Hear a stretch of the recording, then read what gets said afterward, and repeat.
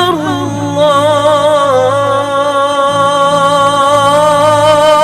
الله أكبر.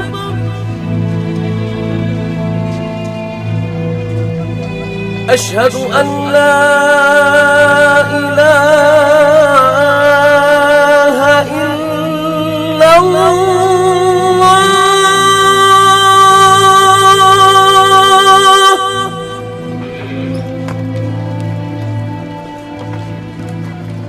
أشهد أن لا إله إلا الله.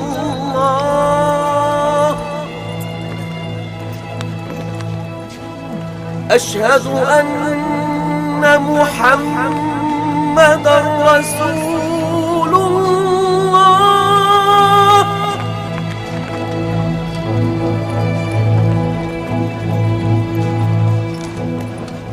أشهد أن محمدًا رسول الله.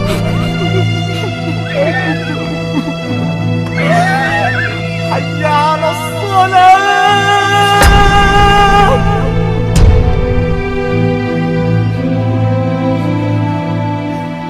حي على الصلاة.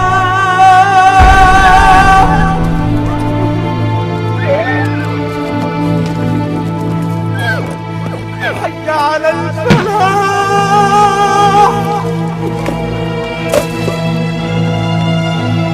حي على الفلاح.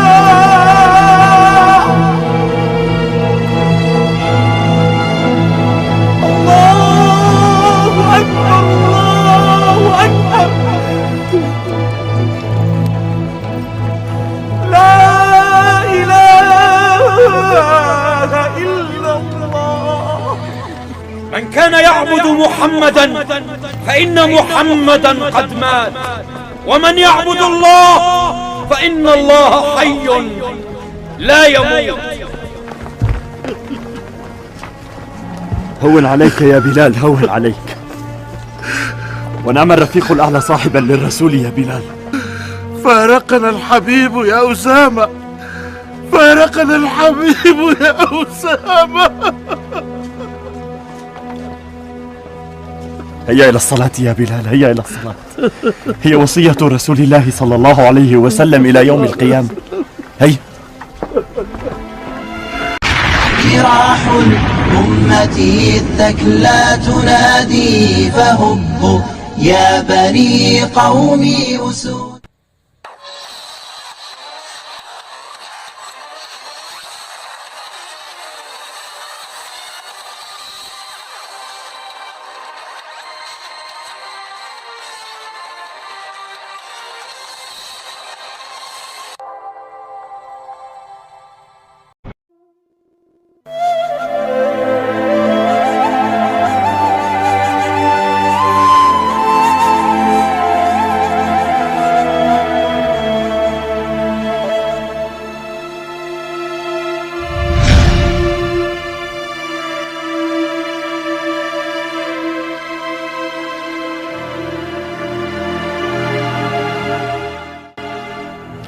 Assalamualaikum warahmatullahi wabarakatuh.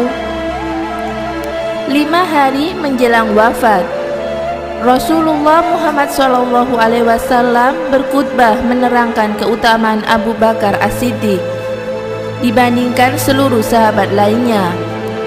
Ditambah lagi ilustrasi Nabi di hadapan seluruh sahabat agar Abu Bakar ditunjuk menjadi imam kaum muslimin dalam sholat.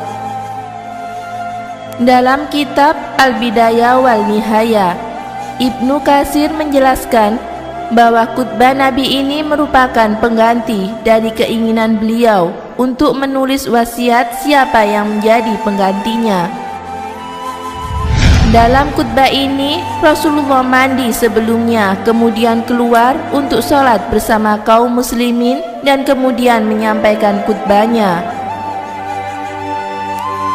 Hal yang pertama diucapkan Rasulullah setelah memuji Allah Subhanahu wa Ta'ala adalah perihal orang-orang yang terbunuh di perang Uhud.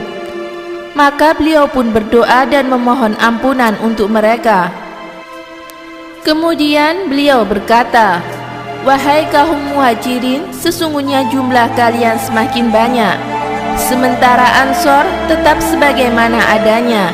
Sesungguhnya mereka adalah ibarat rumah tempat kembaliku. Oleh karena itu, hormatilah orang-orang yang mulia di antara mereka, dan maafkanlah orang-orang yang berbuat kesalahan dari mereka."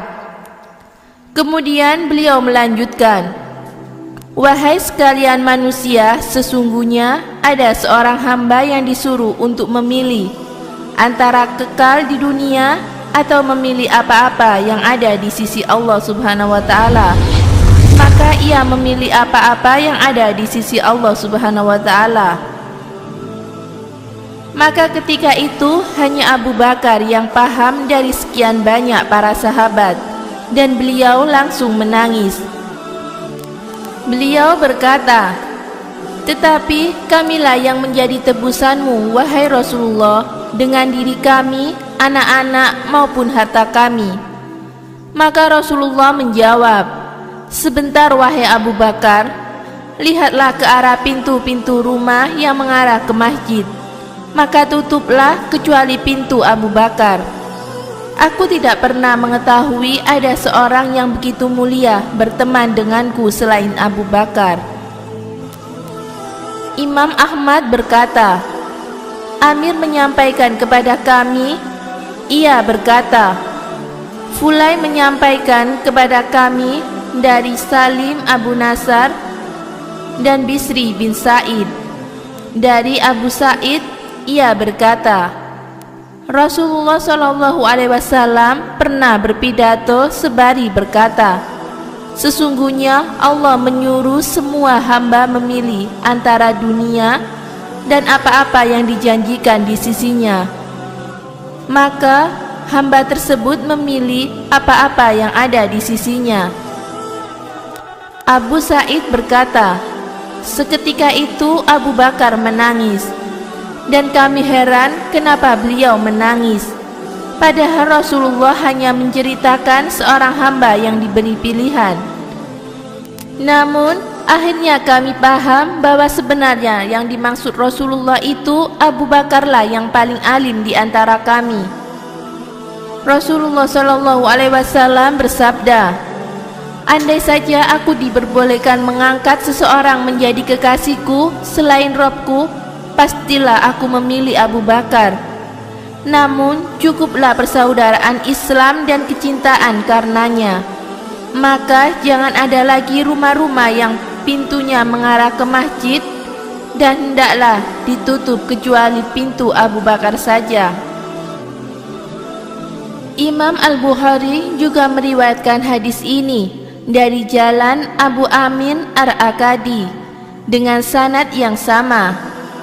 Imam Al-Bukhari meriwayatkan dari jalur Abu Rahman bin Sulaiman bin Hanzalah bin Al-Ghazi dari Ikrimah dari Ibnu Abbas bahwa Rasulullah suatu hari keluar dalam keadaan sakit dengan mengikat kain di kepalanya yang ujungnya terjuntai di antara dua bahunya. Kemudian beliau duduk di atas mimbar, kemudian menyebutkan khutbah tadi.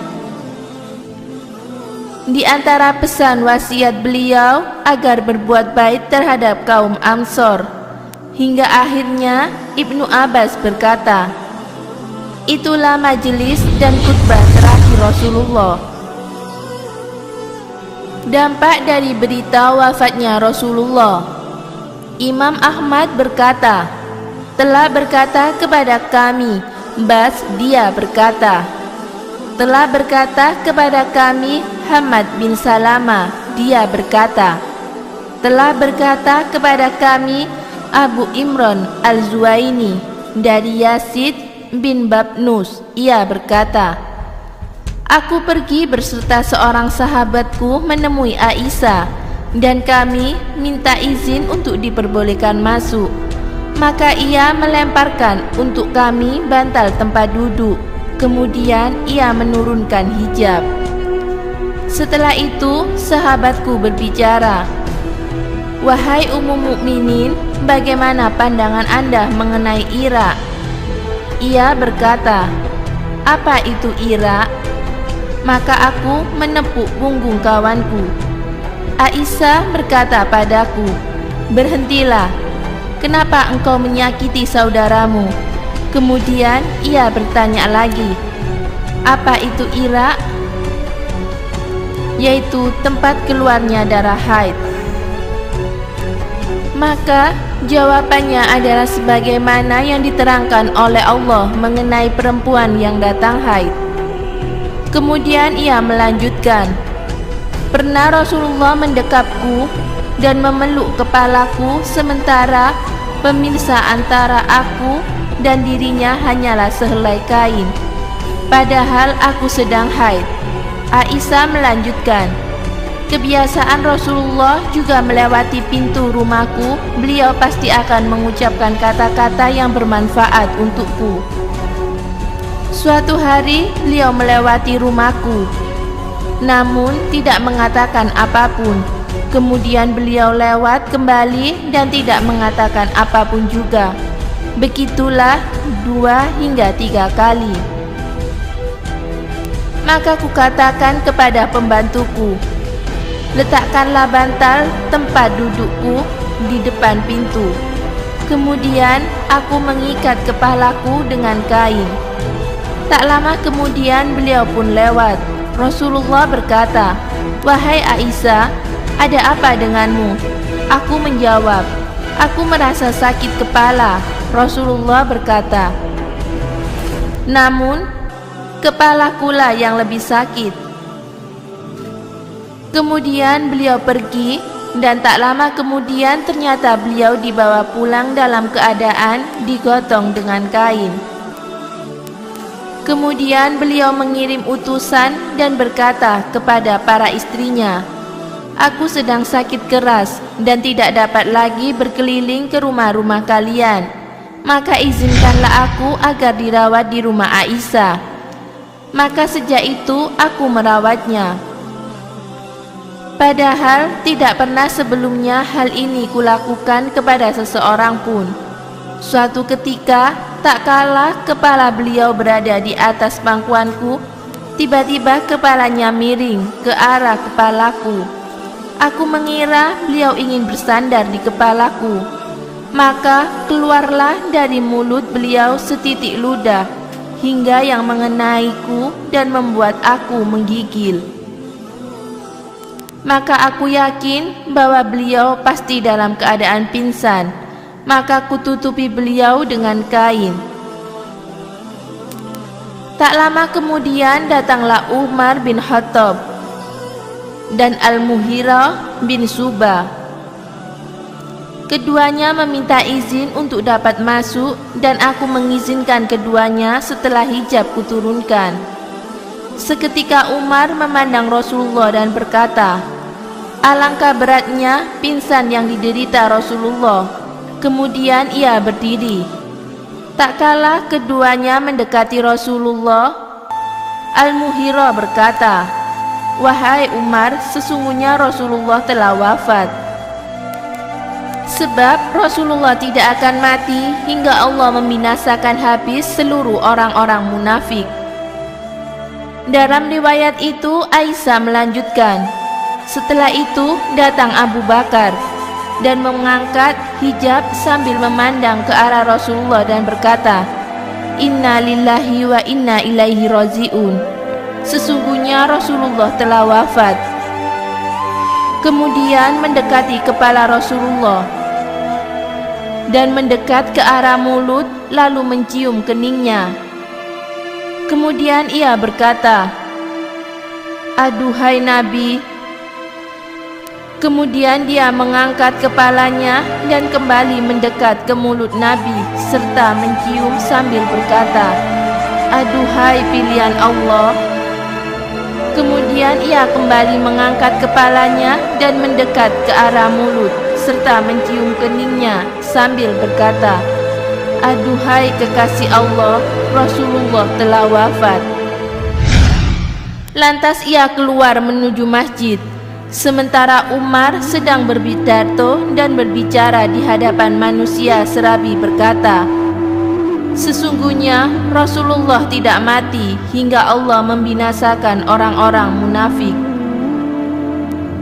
Kemudian Abu Bakar angkat bicara sambil memuji Allah dan membuka pembicaraan dengan membacakan ayat, "Sesungguhnya kamu akan mati dan sesungguhnya mereka akan mati pula." Az-Zumar ayat 30 hingga selesai. Kemudian membacakan ayat lainnya. Muhammad itu tidak lain hanyalah seorang rasul. Sungguh telah berlalu sebelumnya beberapa orang rasul. Apakah jika dia wafat atau dibunuh, kamu berbalik ke belakang atau murtad? Barang siapa yang berbalik ke belakang, maka ia tidak dapat mendatangkan mudarat kepada Allah sedikit pun, dan Allah akan memberi balasan kepada orang-orang yang bersyukur. Surat Ali Imran ayat 144. Setelah itu ia berkata, barang siapa yang menyembah Allah, maka Allah hidup dan tidak akan mati. Dan barang siapa yang menyembah Muhammad, ketahuilah sesungguhnya Muhammad telah wafat. Spontan Umar berkata, apakah yang engkau bacakan tadi terdapat dalam kitabullah? Aku tidak pernah merasa bahwa ayat itu termaktub dalam kitabullah. Umar melanjutkan, wahai saudara-saudara sekalian, inilah Abu Bakar, dan dialah yang paling kita tuakan dari seluruh kaum muslimin. Maka baiatlah dia. Maka manusia pun membaiatnya. Az-Zuhri berkata, telah berkata kepadaku Sa'id bin Musayyib bahwa Umar berkata, demi Allah aku tidak sadar hingga aku dengar Abu Bakar membacakan ayat tersebut. Maka aku yakin bahwa itulah yang benar. Tanpa sadar aku pun jatuh terduduk. Kakiku tak kuat lagi menahan tubuhku. Maka yakinlah aku ketika itu Abu Bakar membacakan ayat itu bahwa Rasulullah telah wafat. Demikianlah kisah wafatnya Rasulullah SAW dan khutbah yang disampaikan beliau menjelang wafatnya. Semoga sholawat dan salam senantiasa tercurah untuk Rasulullah SAW, keluarga, sahabat, dan para pengikutnya. Wallahu a'lam bishawab.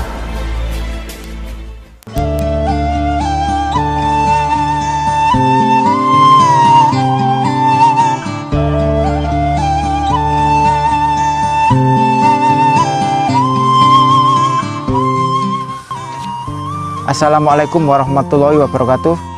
Rasulullah Muhammad SAW wafat pada tanggal 12 Rabiul Awal tahun 11 Hijriah.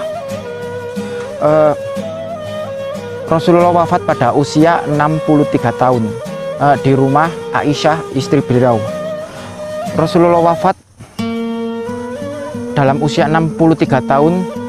Beliau berhasil menguasai seluruh jazirah Arab masuk ke dalam Islam. Bayangkan, dalam usia 63 tahun beliau mampu menyatukan seluruh jazirah Arab dalam pangkuan Islam. Hari ini usia 63 tahun, apa yang kita hasilkan? Dan Rasulullah adalah orang yang sukses dalam mengemban misi kenabian dan menyebarkan agama Islam ke seluruh jazirah Arab. Meski Rasulullah menjelang akhir hidupnya, beliau sakit panas demam selama 13 atau 14 hari. Beliau sempat untuk menjalankan sholat. Dalam satu riwayat disebutkan setelah sadar dari pingsan Rasulullah, sholat dipandu dengan Ali bin Abi Thalib dan Abbas bin Abdul Muthalib mengemani sholat subuh, walau badan beliau belum fit.